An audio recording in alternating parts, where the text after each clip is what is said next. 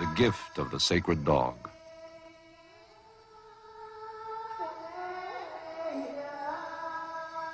Story and illustrations by Paul Goble.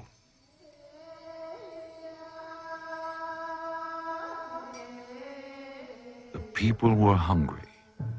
They had walked many days looking for the buffalo herds. Each day they hoped to see the buffalo over the next ridge, but they were not to be found in that part of the country. Even the buzzards and crows circled looking for something to eat, and the wolves called out with hunger at night. The people wandered on until they were too tired and hungry to go any farther, and the dogs could no longer be urged to drag their heavy loads. The wise men said they must dance to bring back their relatives, the buffalo. Every man who had dreamed of the buffalo joined in the dance.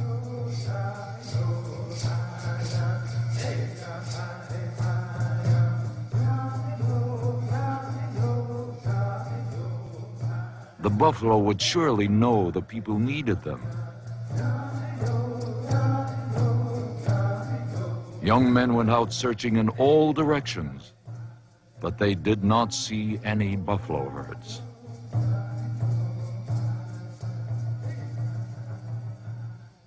There was a boy in the camp who told his parents, "I am sad to see everyone suffering. I am going up into the hills to ask the Great Spirit to help us. Do not worry about me. I shall return in the morning." He left the circle of teepees and walked toward the hills. He climbed higher and higher. The air was cool and smelled fresh with pine trees. He reached the top of the highest hill as the sun was setting. He raised his arms and spoke. "Great Spirit, my people need your help. We follow the buffalo herds because you gave them to us. But we cannot find them, and we can walk no farther. We are hungry. My little brothers and sisters are crying. Great Spirit, we need your help." As he stood there on the hilltop, great clouds closed across the sky. Wind and hail came with sudden force, and behind them thunderbirds swooped among the clouds. Lightning darted from their flashing eyes, and thunder rumbled when they flapped their enormous wings. He felt afraid and wondered if the Great Spirit had answered him. The clouds parted. Someone came riding toward the boy on the back of a beautiful animal. There was thunder in its nostrils and lightning in its legs. Its eyes shone like stars, and hair on its neck and tail trailed like clouds. The boy had never seen any animal so magnificent. The rider spoke. "I know your people are in need. They will receive this. He is called Sacred Dog because he can do many things your dogs can do, and also more. He will carry you far and will run faster than the buffalo. He comes from the sky. He is as the wind, gentle, but sometimes frightening. Look after him always." The clouds closed, and the rider was not there. Suddenly, the sky was filled with sacred dogs of all colors, and the boy could never count their number.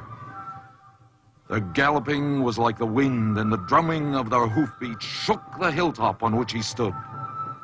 They circled round and round, and he did not know if he was standing or falling. He did not remember going to sleep, but he awoke as the sun was rising. He knew it was something wonderful he had seen in the sky. He started down the hill back home again to ask the wise men what it meant. They would be able to tell him. The morning and everything around him was beautiful and good. When the boy had reached the level plain, he heard a sound like faraway thunder coming from the hill behind. Looking back, he saw sacred dogs pouring out of a cave and coming down a ravine toward him.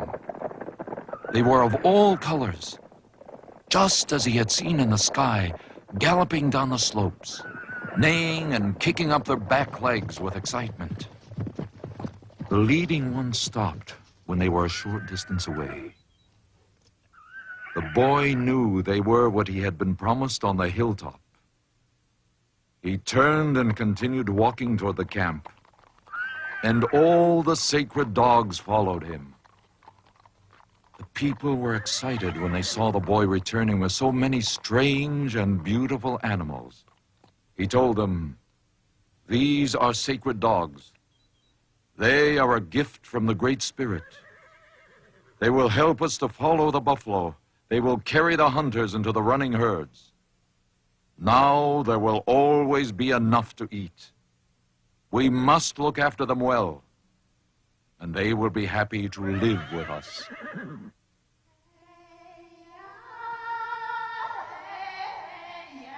Life was good after that.